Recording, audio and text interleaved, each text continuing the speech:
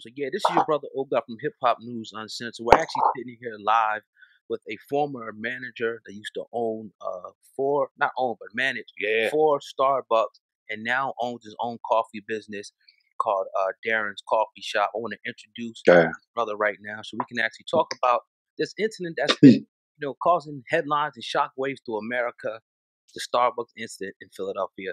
Darren Marion, how you doing today? Oh man, I'm doing great, man. I'm doing great, brother. Yes, sir. Yes, sir. Yeah.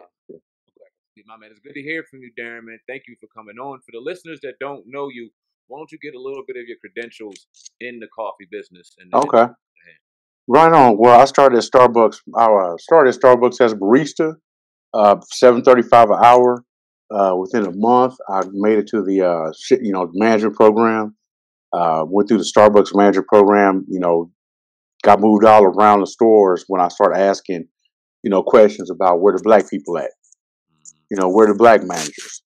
In Indianapolis, where I'm at, 27% of the city is black. Well, 27% of Starbucks is not black. So that's an issue to me.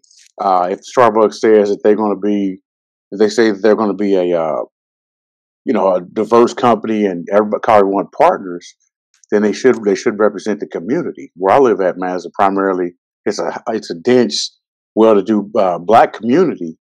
However, the Starbucks around the way, in this area, they do not look like, it doesn't look like the community at all. And I think that's one of the issues, man. Is Starbucks, and then now I'm also roasting coffee. So, we went and started Darren's Coffee Company. Went to 3 locations. Won best coffee shop in Indianapolis 3 years in a row. Was one of the best coffee roasters in the United States. Won awards for America's Best Espresso. Also, the only black-owned coffee company in the state of Indiana. So. Awesome, awesome, awesome. Now I'm sure you've seen the video that happened in Starbucks in Philadelphia, and I asked you, offline, being as though you run your own coffee shop and that you run, you manage 4 Starbucks over your career there. What went wrong, and what exactly is the policy first in Starbucks if somebody comes in and sits there and doesn't buy something right away? What is the procedure that a manager is supposed to do? The policy is to welcome them into it's Starbucks says that they're the third place. So a third place means it's not a bar, it's not a restaurant. It's that third place where you could go to, if you want to be like a community spot. So that's what Starbucks they aspire to be. I'm still own stock in Starbucks. So that's how I can talk to that still, because as a shareholder, that's what Starbucks, those are the principles that Starbucks is supposed to uphold, supposed to be a third place. Okay, so what would you say to those who seen the video, who seen the manager and what she did at the time, didn't allow these people, allow these brothers to go in there and use the bathroom with the one gentleman? What do you say to those that say, well, they should have bought something? No, that has no bearing on what Starbucks is there for. As a third place, as a community place, it's supposed to be a community hub. So as a third place, no, man, the bathroom should be open. If you go to downtown Indianapolis, right on the circle, you go to Starbucks bathroom. Period. It shouldn't be, there shouldn't be a restriction on to where, when and where someone go to bathroom. Last time they started doing that, they had big signs above the bathroom door that said, if you go in this bathroom, if you look like kind of this way. And that began with a C and ended with a D. Right, right. Now, would you say, because there's a lot of people of different ethnicities, races that are leaving a lot of comments under the video, and would you say that this happens? Is it because they are black men that this happened? Would you say that? Yeah, most definitely, man. The closest thing that Starbucks had to really integrating as a company, is when, it's funny you say that, integrate as a company, but was when Magic Johnson came in as a partner out of California. He had opened up a ton of Starbucks all in the urban communities. So that was about the closest thing that Yeah, the Starbucks would be, man. I mean, it's to me, it's. I'm not surprised. Now, is there a policy in place, Darren, in the manual or anything in Starbucks manual that says anything about the use of a bathroom or having to pay or anything like that they can No, go to in argument? no, not at all, not at all, not at all. No. Okay, so we seen the video. We seen that the young brothers came out today on Good Morning America and talked about the situation at length. You know what I mean? And that just made it even more sick to think about it. And we also hear a situation that happened out in California. So as a manager in your position, owning coffee shops and now owning your own brand, what would you do in a manager position dealing with that situation? Two people coming in and using the lavatory and customers from a customer service perspective. I would make them feel at home. I would welcome them. I would say, hey, hey, welcome to, welcome to, Darren's Coffee. Welcome to Starbucks, man. I will go and talk to them. At Starbucks, something that Starbucks is supposed to do as coffee masters, they're supposed to do an hourly coffee tasting. I don't know if you know that or not, but yeah, they're supposed to do a coffee tasting. So they're supposed to take the coffee around and have people sample the coffee within there. So that's a great opportunity to connect, as Starbucks says, to connect with a customer and say, that's a great thing. Hey, let's do a coffee tasting. You may have won a customer for life. I mean, good chance you would have. Yeah, and that's what I said. I said, you would be more focused on building that relationship with the customer as opposed to trying to push them out and make them buy something. Like you said, you would even give them something free. Yeah. Oh yeah, give them a cup of coffee, no problem, man. Yeah, and that's the thing. At Starbucks, that's the principles that Howard Schultz, who founded the company. Like I said, Howard Schultz, man, is from the projects, man. He was from the same projects as his father was like a maintenance man. And when his father broke his leg and he was out of work for all these years, that's why he swore up and down at that point. That's when Starbucks he would always provide insurance for people. So if you think about a company was founded by a guy with those kind of principles, with that kind of heart, he worked his way up from the projects, man. I mean, for real, he went to Eastern Michigan, Eastern Michigan on a football scholarship. So if it wasn't for a football scholarship, man, he would have been. So that's not what the company's supposed to be about. However, that's what the company has become. What type of being as though you're a manager now, you run your own successful coffee business? What type of changes would you like to see or need to be put in place at in Starbucks, that management level, to prevent this from happening again to anybody else? First thing is that store would have to be broken up. That store in general was broken up because for that to happen, that store has a culture that's inside. That's the culture of that store. For someone to feel that comfortable to get on the phone to call that, to make that phone call, that means that's something that's going around inside the store. Company wide, there's got to be some more involvement with the Black communities. Starbucks needs to make a concerted effort to make their stores look like their customer base. Right. Darren, I want to talk about the police real quick because we seen the manager feel as though she had to call the authorities. Is there a situation that you found yourself ever having to call the police? What kind of situation was that? Let's elaborate that on a little bit. And if you never have, is there a policy in place in Starbucks in particular where they have a certain line that they draw where authorities are called? Yeah, I believe that going to that to where they will call someone. I believe it is something if you feel like your life's in danger, someone is in danger of harming someone in the store, they're making damage to the store, then that's when you would call the police.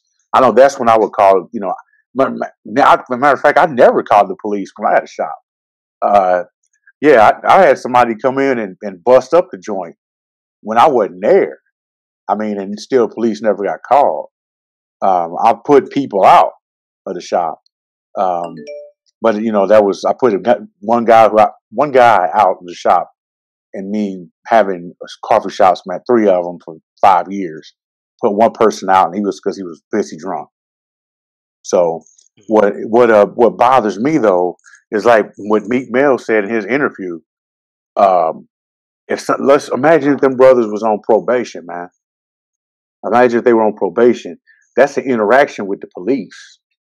And the interaction with the police, that's a violation, no matter what. They could, and they just sitting there waiting on their friend, man. That's a violation of probation. And as you can see, it appears that the Philly courts is not giving shorts when it comes to violation of probation, man. They really just breaking cats off, man. Right. Talk about the training that they're going to put in place for the employees. Because again, you are a manager. Yeah. Just explain that. Do you think that's serious what they're doing? That one day that they're taking off for this supposed training? Yeah. I think I showed you this, man. This is when Starbucks changed up the way that they did frappuccinos. Yeah, the way they did frappuccinos, they closed up all the locations. Excuse me, man. You good, bro? Yeah, they closed up all the locations, man, for one day, just to teach us how to make frappuccinos. So you basically put in, you put black community on the same par with frappuccino. To me, it needs to be something that needs to be a concerted effort. Not just we're gonna take a day and we're gonna talk about it, because that's a culture, man. It's a cultural thing. The company has become that. And from what you're saying is, and when you're going over these policies and procedures, as we're asking you, it seems like the manager in Philadelphia was completely out of line, completely biased, completely by these individuals strictly based off the color of their skin. I mean, there's no way else to put it. They simply asked to use the bathroom. They were told no. There was no resistance, nothing going on. They sat down. They waited for their company around 4:45, 4:37. The police were called, and they were escorted out with any explanation. So why couldn't they use the bathroom, man? She used the bathroom. Yeah. Business meeting. Yeah. And didn't put up any fight, no resistance, nothing. And sat down to wait for their company, and 10 minutes later they're behind bars with no explanation. And didn't even put up a fight and resist then. It's unfortunate, man. Yeah. It's a bathroom, man. We gotta listen to the testimony. Like I said, they were on Good Morning America today, and they gave their statement in full, and they talked about the cops, and we were talking about the cops and just how policing is. And let's talk about the police where you're from, and how we're treated out there. Well, out here, man, it's no. We got a couple things. We have a different kind of relationship with the police force out here. In Indiana, we have what's called the castle doctrine. So a castle doctrine states if you feel that someone is going to harm, a public official is going to harm your person in any way, shape, or form, you're allowed to respond with physical force, with deadly force.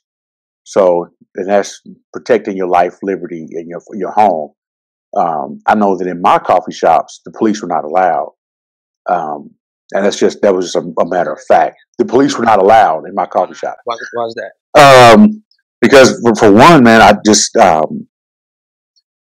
don't like what they stand for. They stand for kidnapping someone, putting them in a cage, and holding that person for ransom. I'm not going to bring that kind of energy into wherever I'm at. And if I have a choice to who I am and who I'm not going to serve, then I chose not to serve them. One of my friends later, he got on me about my policy. Then I would only let them come in and get a cup of coffee. But then, of course, they did pay double. Hey, I don't blame you. Yeah, no, and they did pay double. And that's interesting because you see a lot of coffee shops, and traditionally coffee shops are real accommodating police officers. Free coffee, free donuts for the police. Yeah. So well, they're on the clock, man. I mean, if I'm bribing somebody, if I give them something to be there, then I'm bribing a public official, a public servant, to come and protect me. That's not how it works. What's called in Indiana again, Darren? What's that? What's that law called again? The castle. That's called the castle doctrine. Castle doctrine, awesome. Yep. Right. What they don't have in New Jersey, they do have it in Pennsylvania, though. It's pretty much somebody breaks in your house. It's almost like a self-defense law, pretty much. Now, in Pennsylvania, do they also have it in regards to law enforcement? Yeah, it should be. If it's And they fought it, hard here in Indiana, man. They fought it hard, but the castle. We do have the castle doctrine. But Indiana is also one of the states that has one of the most liberal laws to restore gun rights to felons. Mm-hmm. So after a person's been after they've had their record expunged, then they can now hold their rights are restored to hold guns. That's dope. That's dope right there. Why don't you let everybody know where they can find you? Okay. One, they can find me at hiphopun.com. Yes, sir. Darrenscoffee.com. So that's Darrenscoffee.com. The official coffee. Yes, sir. Y'all got it right there too. So yeah, Yes, I'm a sir. coffee roaster. So this is the only black owned coffee company in the state of Indiana. Won awards, man. We get it done. So